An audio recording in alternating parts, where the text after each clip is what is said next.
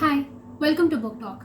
Today's discussion is about Me and Earl and the Dying Girl by Jessie Andrews. There won't be any spoilers in the first half of this video. When the spoilers come, I'll let you know and you can stop watching. Also, if you haven't read the book but you've watched the movie, then too you can enjoy this video. I will mostly be doing a character analysis, my favorite thing to do, and I will also talk about the plot and the writing style. I think critical reading makes us better writers and better thinkers. If you didn't understand the book or the movie, I hope this video will make you see this story in a different light. So let's start.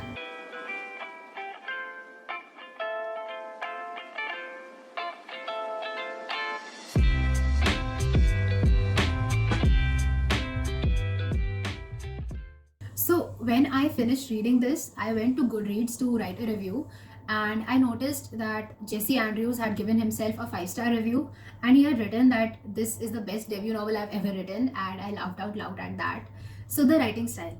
The first thing that struck me about this book was the voice. It was so prominent on the first page itself. A voice is like the personality of your writing, It's determined by a lot of things: the rhythm, the length of sentences, the humor, the description, the point of view, whether it's first person or third person, the tense, the vocabulary as a palette. For example, if your narrator is an artist, does she notice colors a lot? Does she think about how she will mix up those colors if she were painting that scene? If your narrator is a poet, does he have a poetic, romantic way of thinking? The voice is what hooks a reader and also a literary agent if you're going to pitch your writing for publication. I remember I once pitched one of my stories to an editor on Twitter. It was for a contest, and I was a finalist because she really liked the voice of my story. Also, the voice is supposed to be consistent throughout the novel, and this book definitely achieves that. The voice is captivating, it's conversational, and the character sounds like an authentic, annoying teenage boy. In my opinion, this is one of the most credible and believable teenager's voice I've had the opportunity to hear for a long time. There are places when he is annoying because of his jokes, and I like that because there are so many teenagers who talk like that. Boys in my school definitely love to crack inappropriate jokes, and they found them funny when no one else did. This reminded me of The Diary of a Wimpy Kid because of its humor, and coincidentally, the Wimpy Kid is also named Greg.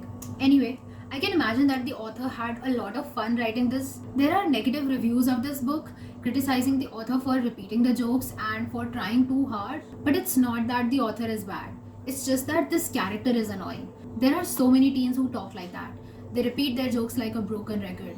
I think if this is your kind of humor, then you will really love this book. You will laugh out loud. Otherwise, you might find it crude. I didn't laugh so much, but I did smile and giggle at some of the ridiculous schoolboy humor, and it was alright for me. It's a light read. It's not really a cancer book. That is not the focus. The illness is just a subplot. This book is mostly humor around a difficult subject. Our character Greg is a filmmaker, and sometimes he writes scenes as screenplays instead of as normal narration. Also, there is an interview with Jessie Andrews at the back of this book, and he mentions that Greg gets uncomfortable with his own writing and he tries to mix it up. That is why sometimes the narration is in bullet points, and sometimes there are screenplays, sometimes it's normal narration, sometimes there are film reviews. Even the titles of the chapters are quirky and fun. Also, this stylistic choice to write like this when Greg is crying, that's because Andrews doesn't like the stammery convention that is the default for showing someone crying, and I found that pretty interesting. He wrote this book when his grandfather was sick and he was thinking a lot about death at that time. He was very self-critical and always felt as if he said the wrong thing, and I think that reflects in the character of Greg. I think we can put this book in the category of metafiction. So, normal fiction books try to pretend that they are real and that the story is actually happening. Metafiction, on the other hand, is fiction that acknowledges that it is fiction. A metafictional book brings attention to the fact that it is a book. Sometimes the author addresses the readers directly, and sometimes he comments on the process of writing or he comments on the story while telling it. Greg starts the book by saying, "I have no idea how to write this stupid book." Greg directly addresses the reader. Like he says, "Hey, let's start a new chapter here." He frequently makes comments like, "If this were a normal book about cancer, this would happen. But this book is different and no such thing happens." Or he says, "This book is so stupid, I can't believe you're still reading this." When the topic of death comes up, he says he hates writing about this. On page 264, he says something like, "This is where my life starts to go downhill. Go get some popcorn. Wait, I'm also going to make some popcorn." This book constantly breaks the fourth wall, and I'm going to read out the definition of that.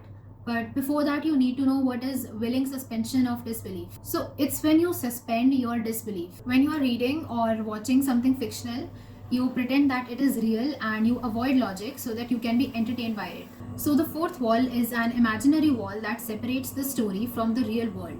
This term comes from theatre, where the three surrounding walls enclose the stage, while an invisible fourth wall is left out for the sake of the viewer. The fourth wall is the screen we are watching. We treat this wall like a one-way mirror. The audience can see and comprehend the story, but the story cannot comprehend the existence of the audience. If you break that wall, you break that accord. This is called breaking the fourth wall. It can also be described as the story becoming aware of itself. Every project lands somewhere on the spectrum of realism versus formalism. Breaking the fourth wall pushes your project further towards formalism. That's because realism requires a slightly heavier willing suspension of disbelief. It may seem contradictory, but your project will actually lose some sense of realism when you break the fourth wall. Convincing people they are watching something real requires hypnosis, and when you break the fourth wall, you call attention to this hypnosis. It shatters your trance over the viewer. If you want to learn more about metafiction, then I will link some articles in the description box below. You can check them out. Let's come to the characters. So, Greg is this chubby, socially awkward kid who does not have any real friends. I think Greg presents high school as more awful than it actually is. I don't think there were actually such extreme cliques ranging from nerd to criminal, all the dorky goth kids to Mr. McCarthy and all of Earl's brothers. Not everyone is eccentric like that. I think that was just Greg's way of looking at things and classifying people mentally. He doesn't belong to any of the usual groups in this high school, but he is on friendly terms with everyone. He does not want to develop a real bond with anyone, and he refers to Earl as his co-worker instead of his friend. So it doesn't sound like he has any emotional attachment to Earl either. Greg is also a very insecure guy, and that is reflected in the self-deprecating jokes. And that's also why he is scared of interacting with people. The thought of college freaks him out. He embarrasses himself constantly and then mentally scolds himself for being an idiot, and then he wants to disappear. He just wants to be invisible. He actually wants to be unmemorable, and I don't know, I've never seen anybody with that desire. He's just coursing through life. But I've definitely known boys like him who didn't get good grades and who were socially awkward and who had no extracurricular activities and who were basically not comfortable enough to open up and fully be themselves. 17-year-old boys are usually not likable unless they're in one direction. Greg's story begins when his mother informs him that Rachel, a girl he once dated, has been diagnosed with leukemia and he must go over to hang out with her. At first, it's a burden. It freaks him out, the thought of having to reacquaint himself with a former not-so-friend, Rachel, just because she has been diagnosed with leukemia. Greg is someone who approaches everything in a light-hearted way and tries to keep the sadness at bay. He tries to avoid feelings and seriousness, and so he's not ready for this. He doesn't fully understand these things, and that is why he also has no sympathy for Rachel. He just agrees to do it because his mom forces him to, and it's quite realistic. Greg feels like he should be moved by Rachel's illness. He feels like he should hang out with her, and yet Andrews allows him to acknowledge that he isn't really moved and that he doesn't really want to hang out or help out. In fact, he finds himself wishing that he could ignore the whole situation, carry on with his life and pretend it isn't happening. He acknowledges that he should be kind, but that being in the hospital just makes him uncomfortable. He is pissed, mad, and he goes through all these emotions that have been labeled as bad at times. He might come across as a whiny, selfish jerk, and you might not like this sentiment, but it feels so honest and real. He's just a kid after all, someone for whom death is just an abstract, faraway concept. He hasn't grasped the reality of the situation yet. He doesn't know what to say. So he compensates for that by doing what he does best. He makes Rachel laugh. Rachel isn't always fearless and strong. She's upset, scared, and she wants to give up sometimes because fighting all the time is not humanly possible. This is how teenagers are. They are not very wise people who magically answer existential questions and have deep thoughts and quote poetry. Some do, but most don't. These characters are just ordinary kids who are put in a not so ordinary situation and they react the same way we would. Just because someone is terminally ill doesn't mean they have the privilege to fall in love and to see the world with a fresh pair of eyes before they die. On page 180, then it was the end of visiting hours, and a nurse came in and told me I had to go. And if you're being honest, I sort of regretted that just because I felt like I had done a mediocre job of cheering Rachel up and wanted to keep it going for a bit. But if this makes me seem like a good person, it shouldn't. The reason was that cheering Rachel up was one of the things I had gotten really good at. And when you're good at something, you want to do it all the time because it makes you feel good. So if I wanted to hang out with Rachel, it was mostly for selfish reasons. This brings me to my next point. Greg just cannot think anything good about himself. He has this habit of constantly dissuading the readers from thinking that he's good.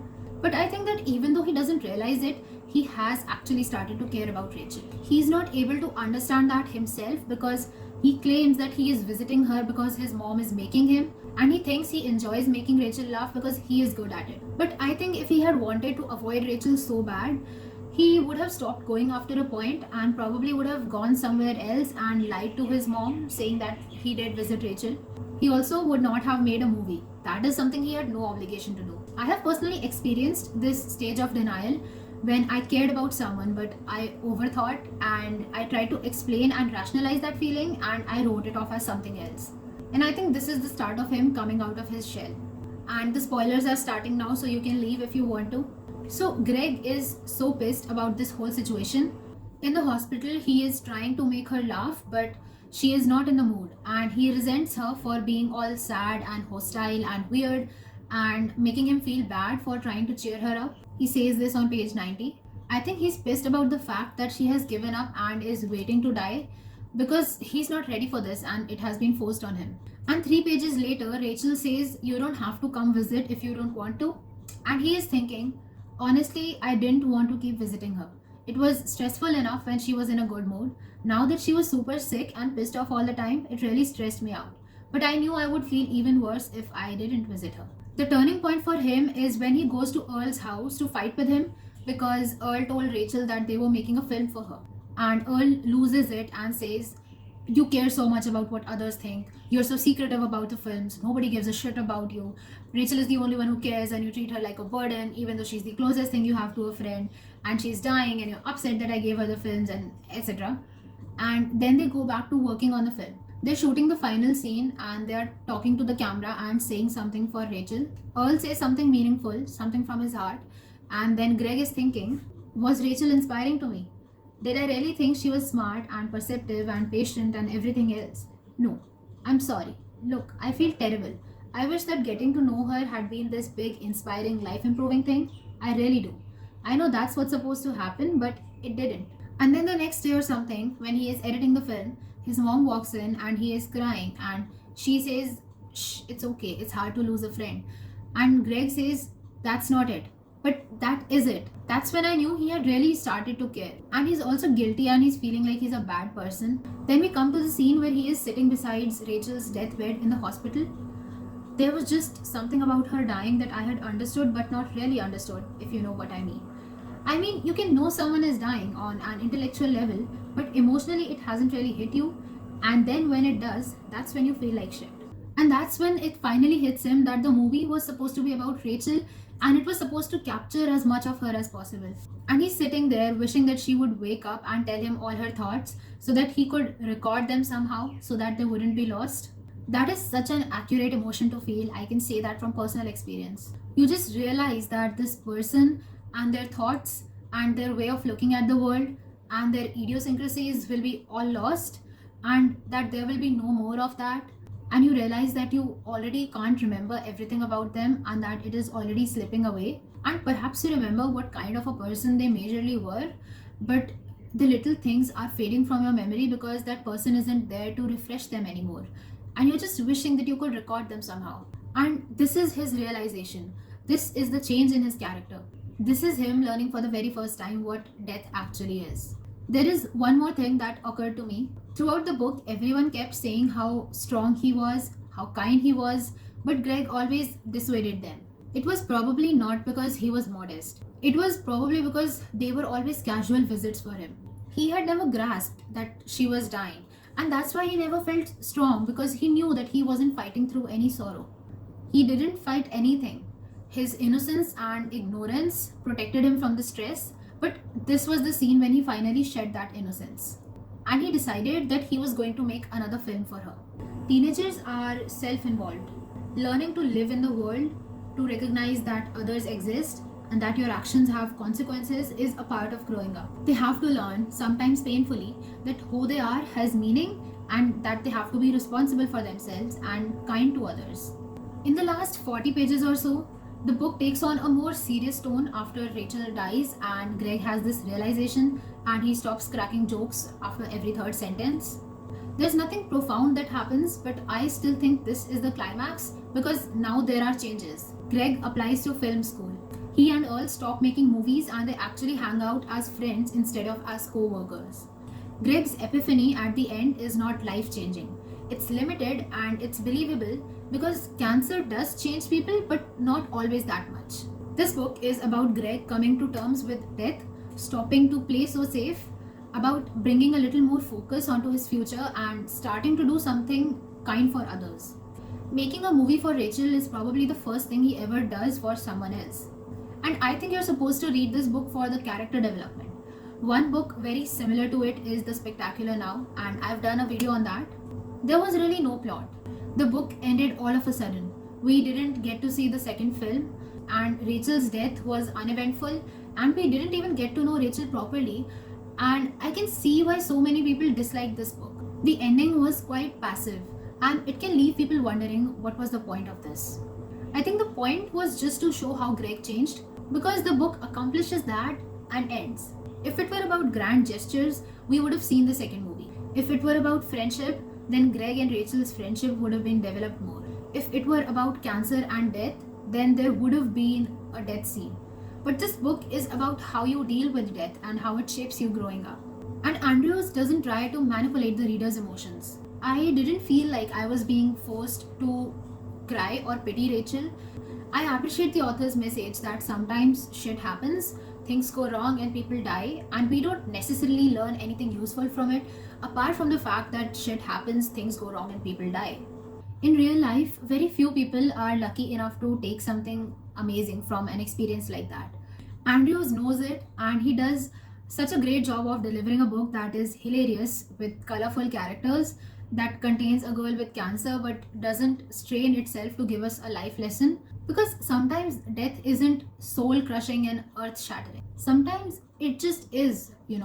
Maybe there are no life lessons to learn from such personal tragedies. Maybe having a dying girl in your life will affect you in a major way, or maybe it will not, and that will be okay too. There were criticisms of this book saying that it did a poor job of being a cancer book. I don't think it's a cancer book. It's meant to largely be a funny book while also dealing with a heavy subject. It aims to show the funny side of things, I think. Yes, this book has a character with cancer, but can this book be reduced to it? Nope. It's very different from the usual beautiful dying person books out there. This book is not deep and life altering. There's a very different approach to this one. Andrews doesn't let you into Rachel's life so far as to rip your heart out at her suffering. He just gives you enough info to get a little misty. I wish that we had gotten to see Rachel's reaction to Rachel the film in the book. It's the first time that Greg communicated to her beyond his jokes, and I think that deserved a moment to itself. One quote I really liked from this book is that just because something is weird and hard to understand doesn't mean it's creative. That is so true. Many people compare this book to The Fault in Our Stars, but this book is different. This book is centered around romance. It's about wanting to have a normal life and fighting for a chance at life. And this book also feels a little more designed to be a grand thing. Whereas Me and Earl feels more natural. This deals with friendship, growing up, and it's about a boy who has always been skimming the surface of life, being forced to dig deeper. He understands how to feel emotions, something he has denied himself for a long time because it's easier not to have them, which many teens might relate to. Rachel and Earl both teach him different things and help him figure out his life in various ways. So, bonus, I found this hilarious review on Goodreads by some woman. This was not a funny book in my opinion. It was highly inappropriate. Greg was selfish. Earl had a foul mouth and needed someone to wash it with a good bar of soap. This is not the right message we should be sending out to our children or our youth. We should be teaching our children to love and care for others. Earl really has no business being in a book that might be possibly picked up by a 4th or 5th grader. The author should have been more considerate because the children who read are the children of the future. And if we want them all to be mini Earls, then let them keep reading things like these. I will never let my kids touch this kind of nonsense. Let us finally come to the movie. This is one of the rare cases where I will say that I found the movie better than the book. Firstly, the author of this book himself wrote the screenplay for the movie, so there was really nothing that got lost in translation. The movie actually seemed to have a plot. There was always something going on to move the story forward, and it was so visually pleasing. I personally love stone houses and ivy walls and all those trees flanking smooth roads. Also, in the movie, the characters got to be more spelled out. Like, Greg did not really get to know Rachel in the book, and neither did we because we were looking at everything through his eyes. But movies can't be told in first person, even if you have a voiceover and the camera follows one person closely. You're just not in the character's head the same way. So the movie characters need to be more real and have more personality to them. The friendship between Greg and Rachel felt more real here. Their conversations were more intimate, more meaningful, and they were clearly more invested in each other. And that's why Rachel's death was more painful for him and the viewers. It was more personal. In the book, Greg just didn't care, and when Rachel was dying, it was more about him. It was more about him coming to a realization about how selfish he had been and how his film should have been more about Rachel. Her death was more of a tool to bring about this transformation in Greg. She didn't wake up and interact with Greg in her last moments, and her death was relayed to the readers passively. I wish that we had been shown more of Rachel the movie in the movie, the way it was described in the book, but I'm glad I at least got to see Rachel's reaction. In the book, because of Greg's detached and self-loathing nature, it's hard to get a good feel for his character. He never says anything good about himself, and we as readers form that opinion too. The book totally made me believe that he was a self-centered, insensitive teenager because I could see his thought process, and I could see that he actually thought of Rachel as a burden and did things for her because others told him to. Like a typical teenager, he had a me view of the world, and the only positivity came from other characters. Denise, McCarthy, Rachel, all telling him how nice and genuine he was. In the movie, it was quite the opposite. We got to see his facial expressions and how others interacted with him, allowing us to understand his character from an external viewpoint. In fact, I almost forgot that Greg was meant to be a selfish character till Earl fought with him and pointed it out. New scenes were added, like how after the funeral, he goes to her room and gets to learn about her, and how Rachel has cut up books. That was such a nice addition. I also loved their quirky films. Also, he becomes more selfless towards the end. He doesn't have to finish the movie. He's had a fight with Rachel and they haven't talked in a while, but he still does it and he visits her on prom and gives her a corsage. One thing that kind of annoyed me about the movie was that Greg told us that Rachel wasn't going to die. So it kind of lulled us into that false sense of security and hope, so that when Rachel did die, it hit us harder. Greg justifies this at the end by saying, "Look, deep down I really didn't think that she would die." I understand that Greg has this attitude throughout the story in the book and in the movie. That's why he has this casual and insensitive approach. But when you are telling a story in retrospect and you know what the ending is, then it kind of makes no sense to deliberately misguide your readers or viewers. This line would have been perfectly believable if the story had been narrated in the present tense, because that way the character himself doesn't know what's going to happen. He's living the story with us. So yeah, the way this was done kind of annoyed me. I would love to know your thoughts in the comments. Please do say something. It takes effort to make these videos and it's really nice when you people engage, you know. If you like this video, then give it a thumbs up and please check out the rest of the book talk playlist. And I will see you guys in the next video. Bye bye.